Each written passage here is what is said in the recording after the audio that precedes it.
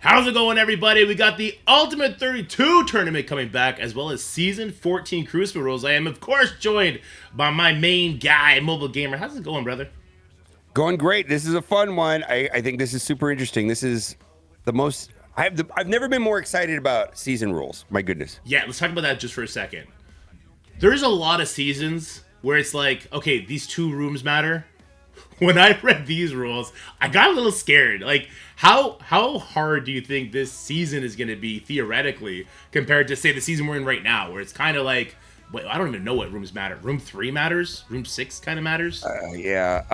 I think this might be polarizing. I mean, I don't know to what extent people like you and I are going to be thrilled by this, and there's going to be other people that can't be bothered reading the can't be bothered to read the room rules, and they're going to go into battle, and it's like, oh, nothing works the way I thought it should. Yeah, which is why you should watch me and Mobile Gamer. Follow us on YouTube, follow us on Twitch. See the live rage reactions from either one of us when something doesn't go according to plan. Should be fun, but let's read this, okay? Cosmic Crucible Living Tribunal has decreed it's time for another Ultimate 32 tournament. The test of your Cosmic Crucible skills lasts 5 days, consists of 3 stages, not 6. Due to there being only 3 stages, you're going to get 6 attacks. The temp bonus is going to start at 1,000, decrease by 200 for every loss. We had that issue in the last tournament. Study the below rules carefully when crafting your strategy. Following Ultimate 32 Season 14 will begin for matchmaking and settle your defenses. So read on. So this is what we were talking about just a couple seconds ago together, is that it looks like they extended the season, but it's just going to be Ultimate 32 that's coming. Let me ask you, Ultimate 32, how did you interpret it in the last time? Like, did you enjoy it? Did you hate it? How'd you feel? I liked it a lot. Those room rules were kind of easy, actually, right? Yeah. The last one, and we kind of got a test round because they screwed up the 1,800, 600, 400, 200 there behind, up above you. And so we got to play it twice, and I was fine with that. And I kind of liked that it was 5 days, and you just kind of go through. The time commitment was a little bit lower because you're going into 3 rooms instead of 6. I liked it. It was fine. And what I like about this, which we're going to talk about, that the 3 room rules for the Ultimate 32 are also included in Season 14. So it's actually a preview of the most extreme rooms that are going to be for Season 14. Yeah, and so what I really liked about Ultimate 32 is there's also just like this huge bragging rights thing, right? Because they put these like portraits, these cosmetic rewards as kind of like, if you do super good, you get this one-time cosmetic reward. Which, I mean, I also hope they put those portraits in like the costume store or something down the road, so if somebody wants the Living Tribunal one, they could just buy it. But I like that. I didn't like how they had to run Ultimate 32 twice. I think a lot of people have a bad taste in their mouth because they missed the first tournament. There was a trophy issue because of that. Like, as long as they don't screw it up, I think people will enjoy the Ultimate 32. Yeah, I agree with that 1,000%. Yep. All right, let's get into the rules. So, global rules. There's no global rule, right? It's just the baseline defense characters get extra health, get extra damage, and exhaust is, of course, going to be in the mix.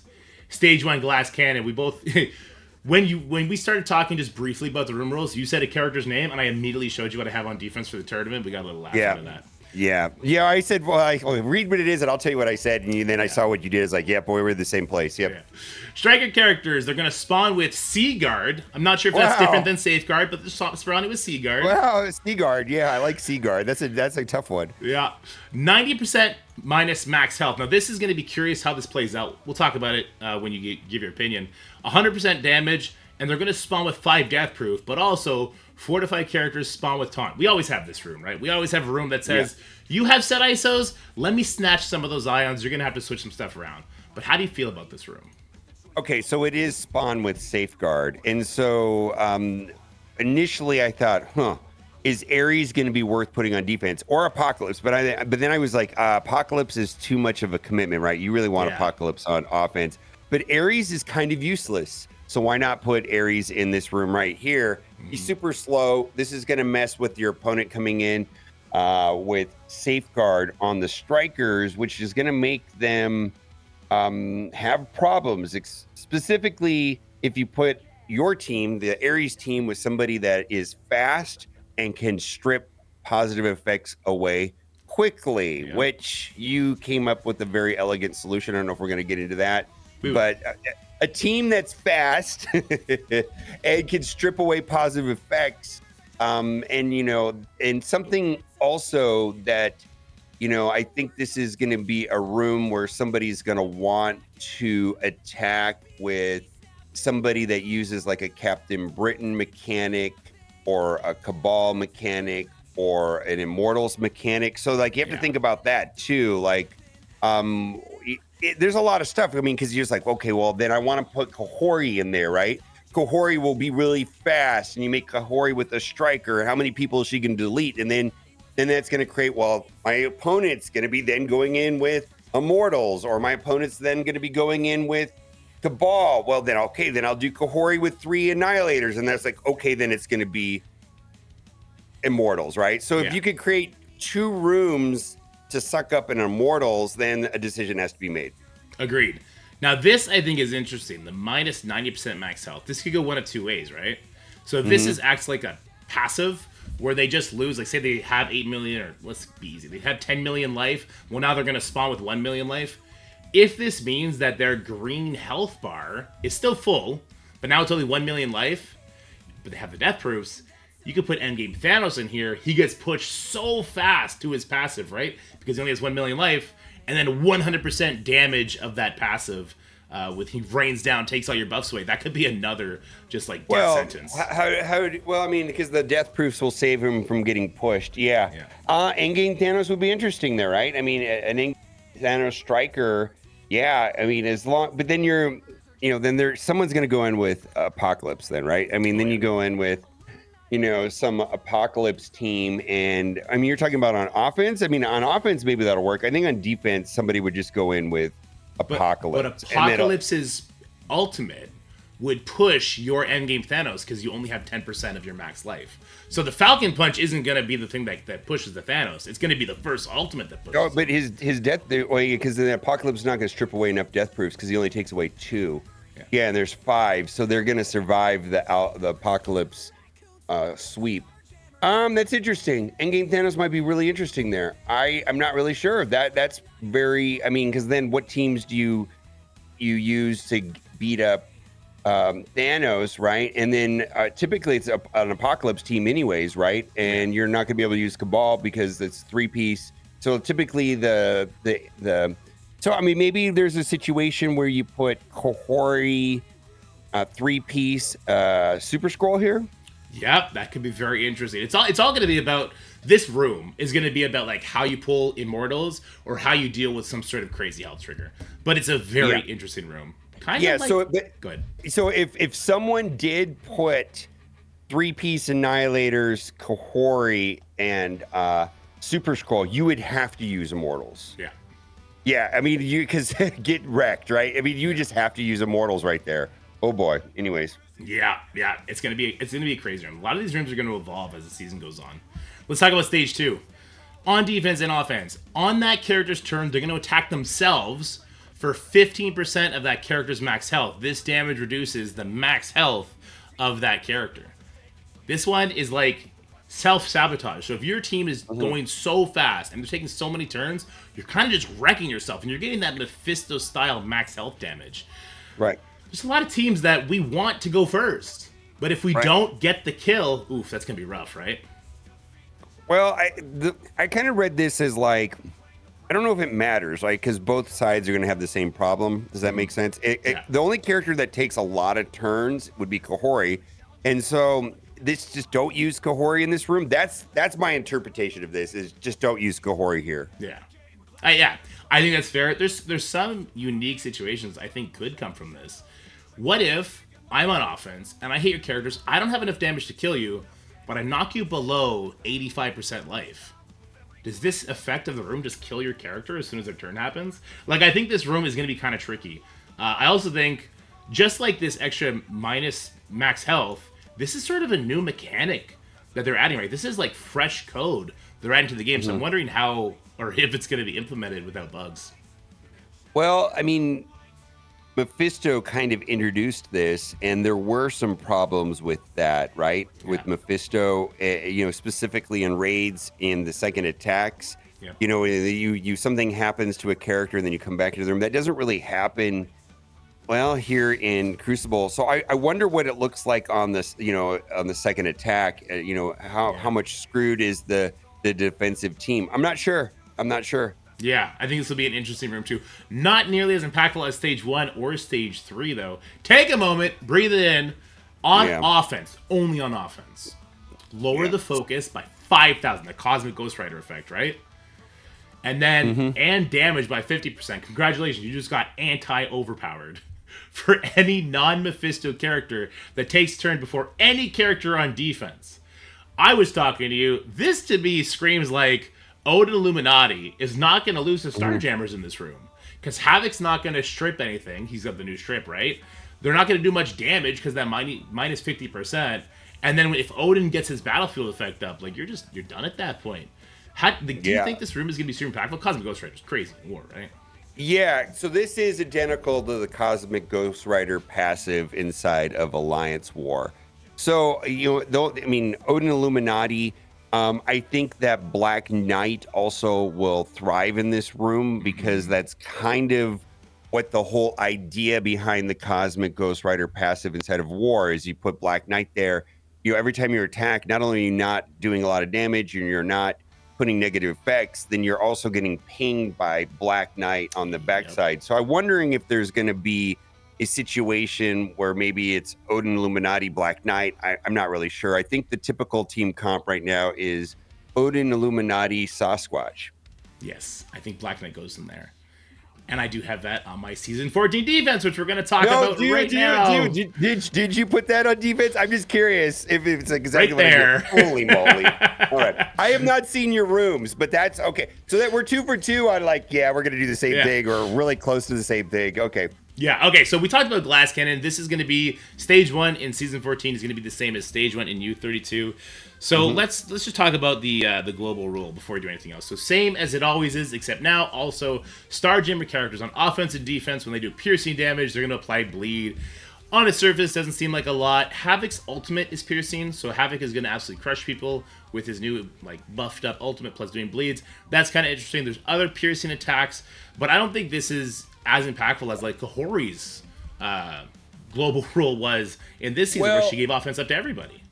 I think also, I think this rule was probably designed before they reworked the Starjammers team, and now Starjammers, I'm not inclined to break them up anymore. Yeah. Where before, that was an option, right? I mean, I think that's what the main plan was with Starjammers, to start breaking them up, and then you could apply, characters that get special bonuses. Let's say Ghost Rider or whatever that guy, Robbie Reyes or something like that, right? You could do something with that. I mean, that's a little thing, right?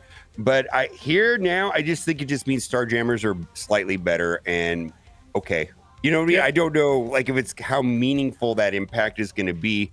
Starjammers are going to be stronger. And that's the long and short of it, right? Yeah, the only super interesting character I can slightly see this impacting is Old Man Logan, right? He gets 35% extra speed stat if there's a bleed out there. Havoc puts it out quickly, but even then, I'm with you. I don't think it's super crazy. But we talked about Glass Cannon, so this is the room where you spawn with. They don't call it Seaguard here; they call it Safeguard, so that's a good sign. Minus 90% max health. The extra damage to death through fortifiers get taunt, and I'm going to try using my Superior 6 with Ares here. My thought is exactly what you said. If the enemy wants to come in here with strikers, I want Ares to steal that Safeguard off. My Goblin, I think he gets 36% speed bar on spawn here. And with 100% damage, he's just going to rip people apart, right? And that's really cool. There's tons of easy ways to stop this. You brought one up. If you come in here with Kahori, if you come in here with a Kahori and your own Ares, well, Kahori gets 200% speed bar. She's going to basic flip all of Goblin's death proofs into bleeds, and he's dead. And then she could just pick somebody else, and then they're dead. And then now that you said the word Kahori, I think I'm changing my stage 5 defense. Okay, another thing too is Kahori does more damage into Safeguard. Maybe you don't even run in an APOC Ares on this, and you just run like a Raider Kahori and just let her do monstrous damage against all the strikers over there that have safeguards. I mean, you could do that too, right? You could. You would have to make sure you get through the 5 death proofs through the save. That's gonna be tricky. But then what gets through death proofs other than like an Odin basic, right? It's kind of not a lot of things anymore. They kind of stopped doing that. Minerva. Remember Minerva and Ebony Maw? They kind well, and just wait. Did they change Phoenix? The Phoenix. They did not. Nope. Okay. Anyways. Yep, a dead Phoenix would come in here and probably eliminate any sort of striker, which could be pretty bonkers. Then we got Turtle Shell. This was in the last U32, right? So enemies here, or rather on offense and defense, all characters gain 50% max barrier here. They spawn with 100% of their max barrier. They gain 100% damage, so another room giving 100% damage. These Crucible matches are going to be fast and dirty. And on ally death, bury yourself for 100% of that character's max health. What I'm trying to do in this room is I'm just trying to say, hey, if you use Immortals on 1, you can't use Immortals on 2. What are you going to do? Right? And now that you said Gohori, I kind of see what they could do. But anyway, the whole idea here is just I got Pav as a skirmisher. If they do use Immortals here, he can maybe get out a nasty slow. I want to see if I can just trick them into either letting Skrull take a couple turns or Endgame Thanos ult just taxing their efficiency to hell and back. And I don't have Gore here because we have access to a new symbiote in the game, right? No. How was your experience facing this team? Because I know this team was just so popular in the last U32, either in Stage 1 or in Stage 3. Yeah, not necessarily this team. The thing I remember around this room is it actually made Odin Illuminati easier to get through. So this room can basically the damage mechanic and assuming that your team is faster, because that's the idea, right? Is you go in with a faster team and you're trying to do damage as quickly as possible. So this room here lent itself to offense more than defense in some weird way. Yep. And there were counters to the Odin Illuminati in this room that didn't exist elsewhere. So that this room played out a lot differently than the way I thought it would. As far as last 32, I don't remember. That's the answer to the question. I don't remember. That seems like a million years ago, and I don't remember how that played out. So you're gonna have to tell me what your experience was because I just don't remember. It was fickle. One wrong move, and all of a sudden you might still win if you come in here with Immortals, but one wrong move and you're leaving here with your health bonus at 5 or 6 points. So that's kind of what we're going for here. But again, now that we have Gohori and we have Lilandra who can come in here and take Gladiator's taunt away, right? There's lots of different ways you can get around this. You could throw in another taunter here if you don't want, say, Gohori to come in and do stuff. There was somebody in chat was suggesting now that we've got Starjammers, Captain Britain, and also Cabal and Immortals, right? So that speed on defense is kind of dead. And Super Skrull might not be a viable defensive option at this point.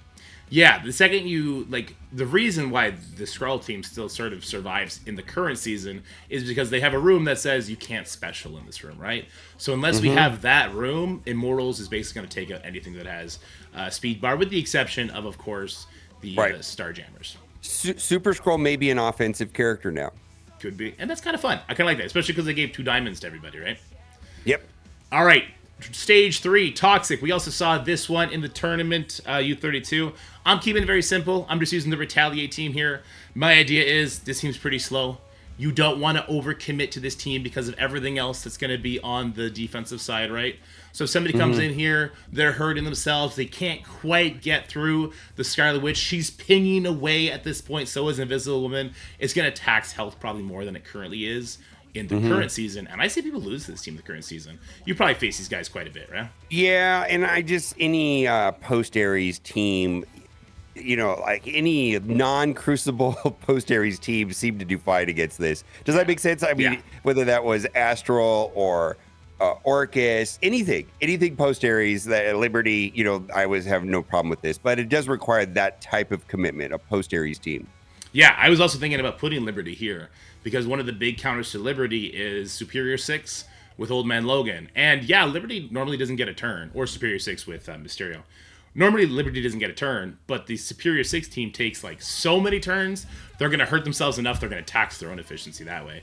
That's what I was thinking about anyway. But I don't know how the max health damage is going to come into effect. Like you were talking about, the Mephisto issue was, that's my wife calling me, I'll call her back. the Mephisto Valerie. issue, hi Val. The Mephisto issue was that whenever max health damage was applied in a fight, it didn't carry over to the next fight, and it actually healed up any damage that happened after the max health. There we go. That's what I wanted to know, because I brought that up earlier. I don't know. You're telling me how it's going to work. We'll see, right? I hope, right? Yeah. I mean, we'll have to wait and see. They did fix the Mephisto thing, so maybe they just fixed the internal code. We'll have to wait and see. But right now, I'm going with Toxic. I might switch that up to be Liberty, but who knows? Take a moment. We kind of already showed my hand on this one. This is the Cosmic Ghost Rider passive minus damage. I'm going Black Knight Illuminati with Odin here. The idea is if somebody wants to hit this with Starjammers, I think this room counters a lot of what Starjammers wants to do.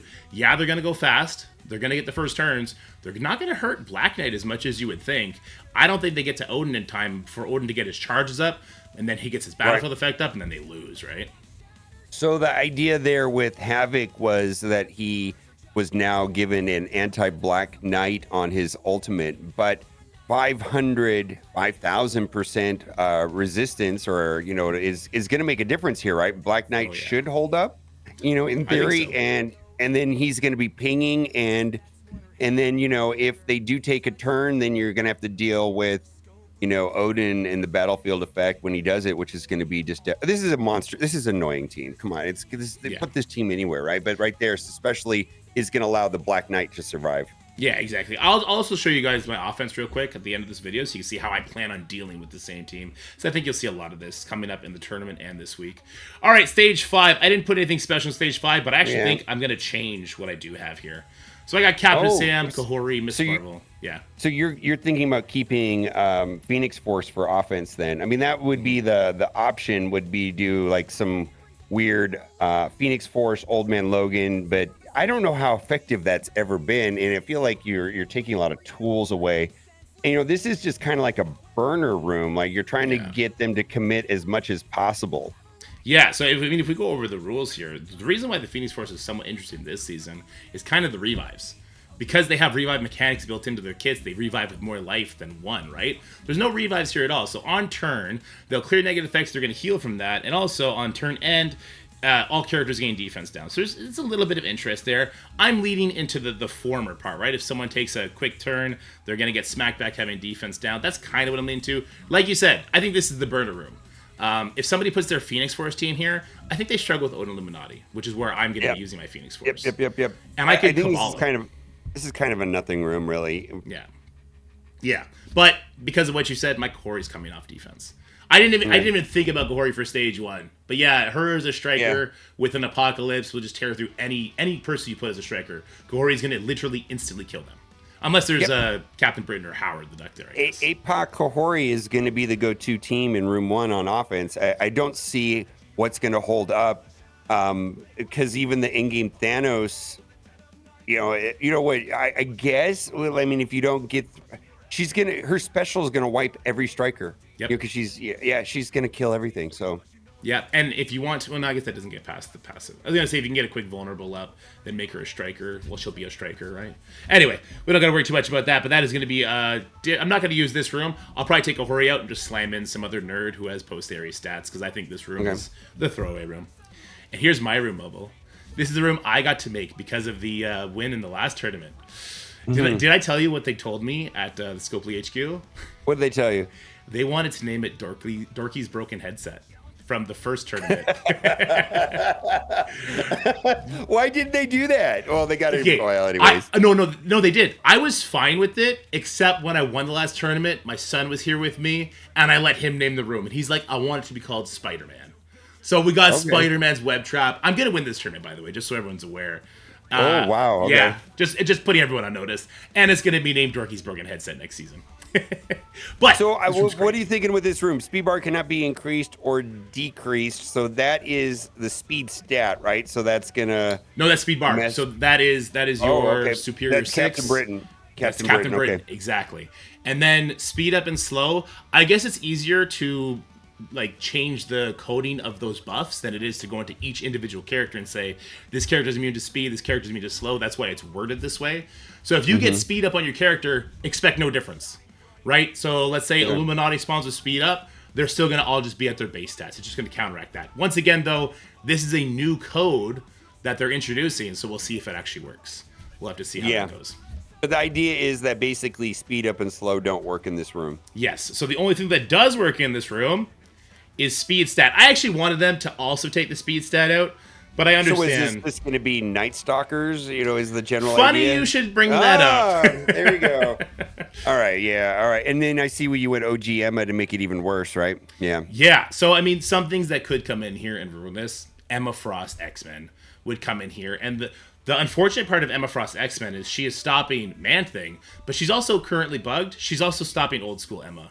So that would be a hard counter here. I just thought about that too. I'll probably take Emma out and just throw full Night Stalkers in here. Okay. But yeah, that's an interesting case study there. My idea here is exactly what you thought, right? This is going to be one of the fastest teams not named Starjammers Right. when you put them in this room. And they're going to be a problem. And honestly, if somebody brings Starjammers in here, I think they would struggle a little bit too. I guess you could also do Orcus here if you wanted, maybe like Orcus Dormammu, I think would be an option here as well. Yeah, you could also do like Orcus with Mysterio.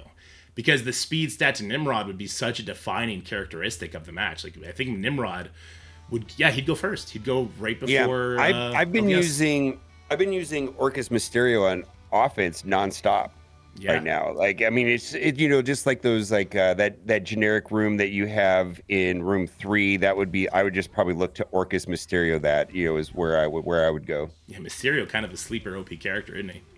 Yeah, well, because even if he dies, he respawns with more, and that keeps the Nimrod thing going. And you just let Lady Deathstrike run the board. I mean, it takes down all the big. Like if you put Liberty in room 3, that's probably what I would do. Is come in there with Mysterio, Orcus, something like that. I think that's fair. All right, this is already a bit of a long video, so let me go ahead and I'll show you guys my offensive real quick, just so you kind of know what I'm coming in with.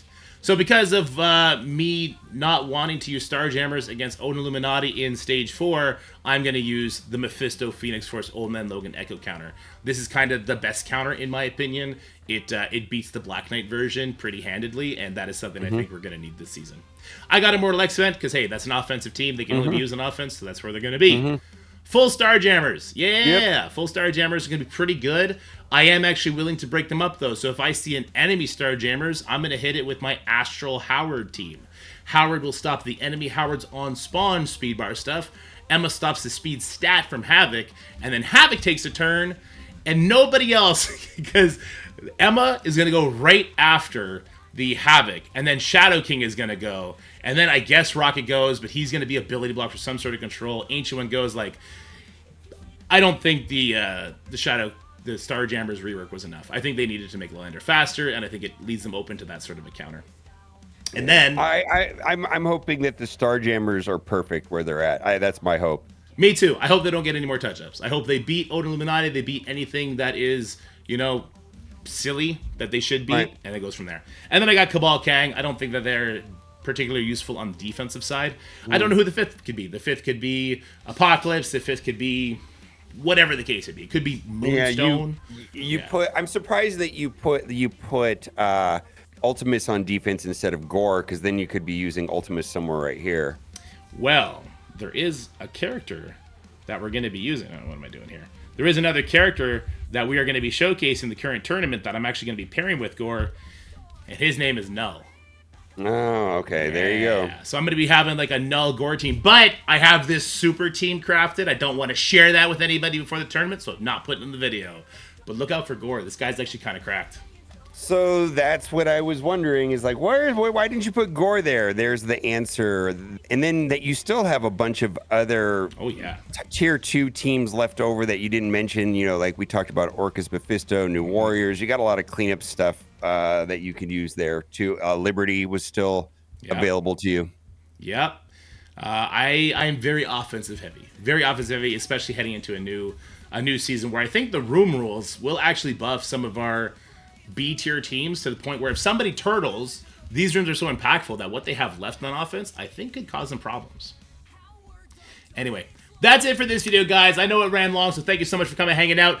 If you're watching this video right now, the tournament starts 30 minutes. Make sure you head on over to Twitch to check out the tournament. It's going to be super fun. I'm looking forward to winning it, of course. It's so stressful, right? I'm so stressed. I'm putting on a brave face right now, but inside I'm like butterflies everywhere. We're going to do a second video on Mobile Gamer's channel. Same topic, but he's going to showcase his defense, give more of his opinions. So make sure you go check that out. Link will be in the description and in the comments. But for now, guys, bye. You got to say bye, too. I can't hit stop record to say bye. Bye!